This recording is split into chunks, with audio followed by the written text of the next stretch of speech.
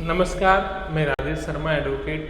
आज आपको इस वीडियो में मैं बताऊंगा कि बैनामा करते समय बैनामा लेखक और वकील क्या गलती कर रहे हैं। तो मैं उन चीज़ों को बताऊंगा। गलती मैं बैनामा लेखकों की भी मानता हूं, मैं जो ज़मीन बेच रहा है वो भी, जो खरीद रहा है उसकी भी, और मैं वकील की भी। यदि ऐसा हुआ है तो क्यों हुआ है भाई, तो मैं सबकी समस्याओं को आज बताऊँगा कि चीज़ें कैसे गलत होती हैं। यदि एक अच्छा वकील आपके पास नहीं है, वकील का यदि एक आपको मैं देखूँ, थोड़ी सी बात करूँ, मैं मेरा ही डिपार्टमेंट है, लेकिन मैथमेटिक्स से होना बहुत ज़रूरी है। मैथमेटिक्स से नहीं है तो वो अंशों को गलत कर जाएगा। चीज़ों को पूर्व आदेशों को पढ़ना चाहिए। 3 खतौनी पहली बननी चाहिए बैनामा करने से पहले। आप कोई बात नहीं, एक दिन लेट कर दीजिए, लेकिन हाँ, उसका गलत नहीं होना चाहिए काम। गलत हो गया तो आप उसके भी उसके जिम्मेदार हैं। अब देखना, इतने बड़े बड़े केसेस आते हैं, लोग इतना परेशान होके आते हैं। अब देखिए, मैं एक चीज़ आपको एक एग्जांपल के माध्यम से समझाता हूँ। मान लीजिए एक खेत है, एक ज़मीन है, और चलो मैं इसको 400 मीटर मान लेता हूँ। ये ज़मीन 400 मीटर है, इसमें 4 भाई हैं 400 मीटर में, ए बी सी और डी, यानी कि सबके हिस्सा में 100 मीटर आती है। 100 मीटर सबके हिस्सा में जमीन आती है।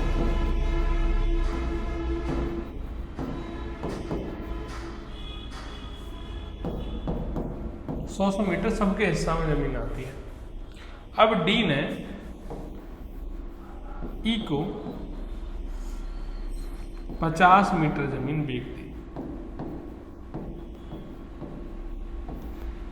ठीक है।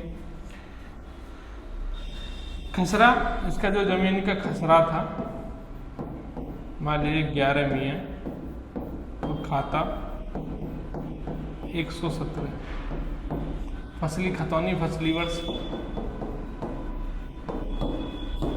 1430 से 1435,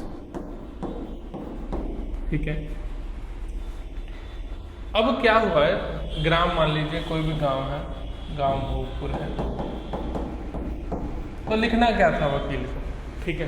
वो क्या लिख देता है और उसके लिखने से क्या समस्या आ जाती है, क्या वो कभी जीवन में सही भी हो पाएगी या नहीं हो पाएगी, या उसका अंश बनेगा, उसकी ज़मीन बचेगी या विवादित हो जाएगी ज़मीन।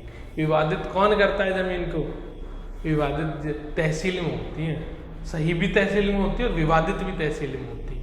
तो देखिए, अब लिखना था कि इस ज़मीन में जो रकबा बेचते समय लिखना था कि डी ने ई को, पहले उसका नाम, भाई डी बेचने वाले कहाँ रहता है, ठीक है, उसका नाम क्या है, किसका पुत्र है, ई किसका पुत्र है, ठीक है, कहाँ रहता है, बनाम, वो लिखते हैं भाई, फर्स्ट पार्टी सेकंड पार्टी, ठीक है। डी ने ई को जो बेची है वो लिखना कैसे था, ग्राम भोगपुर के खसरा संख्या 11वीं के खाता संख्या 117, खतौनी फसली वर्ष 1430-1435 में, या आप फसली वर्ष को पहले भी लिख सकते हो, ग्राम भोगपुर खतौनी फसली वर्ष 1430 के 1435 के खसरा संख्या 11वीं के खाता संख्या 117 में डी, फिर लिखना था उस खसरा संख्या 11वीं लिखने के बाद खाता संख्या 117 के 400 मीटर, ऐसे लिखना था कि 400 मीटर में से डी ने अपने संपूर्ण भाग में से, डी ने अपने संपूर्ण भाग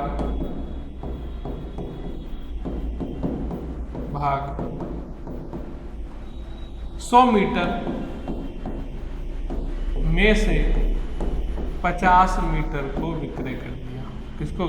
ऐसे कि ग्राम भोगपुर या खतौनी 1430 से 1435, ग्राम भोगपुर खसरा संख्या 11वीं खाता 117, संपूर्ण रकबा 400 मीटर में से डी ने अपने संपूर्ण भाग 100 मीटर में से 50 मीटर को विक्रय कर दिया। अब लिखते क्या है, गलती क्या होती है, ठीक है। बेचेंगे 50 मीटर ही, यहाँ पे क्या करेंगे, ग्राम भोगपुर खतौनी फसली वर्ष 1430 से 1435 के खसरा संख्या 11वीं के खाता संख्या 117 का संपूर्ण भाग 400 मीटर, यहाँ तक भी लिख देंगे, का संपूर्ण भाग 400 मीटर में से डी अपना संपूर्ण भाग, इसे हटा देंगे हम, अपना संपूर्ण भाग 50 मीटर को विक्रय करता है। अब गलती होगी, क्या गलती होगी, उसकी 100 मीटर बच रही थी, 100 मीटर थी उसकी ज़मीन, उसने 50 बेची थी, 50 ही बेची थी, तो 50 बचनी चाहिए थी। अब उसकी 100 मीटर डिफाइन नहीं करी और डी ने अपना संपूर्ण भाग 50 मीटर विक्रय कर दिया।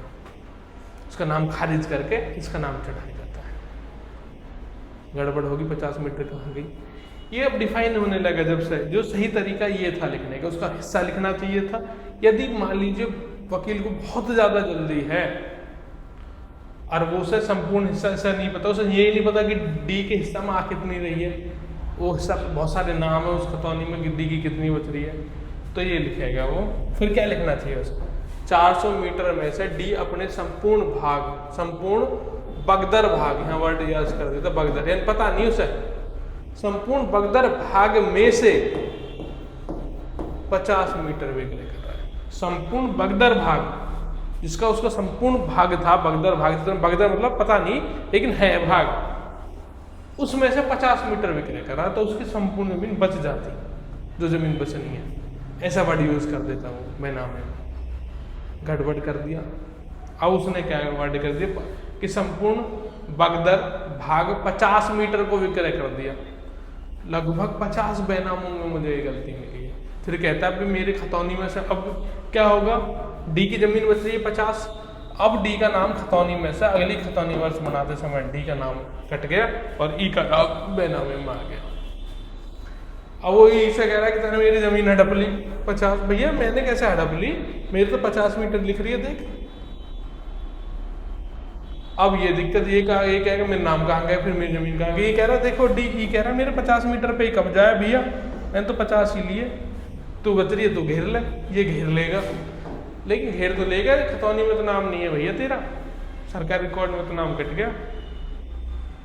आगे दिक्कत, अब कैसे सही हो, तो बहुत सारे बेनामों में बहुत सारी गलतियां हैं ऐसी, तो अब ये कैसे सही हो, तो ये सही कैसे होगा, ये अब इसको जाएगा, इस आदेश के खिलाफ जाएगा, तो म्यूटेशन हो चुकी है, इस पर रेस्टोर इसे करवाएगा। रेस्टोर करवाने के बाद इसमें शुद्धि करवाएगा यदि हो सकती है तो, नहीं तो इसी पे अपना पटवारी से अंश तय करवाएगा। वो हम सारी चीज़ बताएंगे किस तरीके से हो सकता है, हमारी बहुत लंबी प्रोसेस है, लेकिन एक छोटी सी गलती ने आपकी ज़मीन को खा सकती है। छोटी सी गलती, ये हर कोई नहीं बताएगा आप इन चीज़ों को, नहीं कोई समझ पाएगा, नहीं कोई समझा पाएगा। आज से पहले कोई यूट्यूब पे नहीं समझा पाया, तो समझना बहुत कठिन है। तो मेरा नंबर है, यदि आपको कोई सहायता, ऐसा केस है आपके पास, यदि आपके ऐसा हुआ है आपके साथ, मुझसे बात कर सकते हैं। यदि आपको कोई बैनामा सही ढंग से करवाना है, आपको परेशानी नहीं उठानी म्यूटेशन में इनमें, तो आप मेरे पास आ सकते हैं। दादरी तहसील, सदर तहसील में मेरी कई टीम्स हैं और मैं सारी चीज़ चेक करके डिस्ट्रिक्ट कोर्ट में आपको भेजूंगा, करवाऊंगा अपने सामने, ठीक है।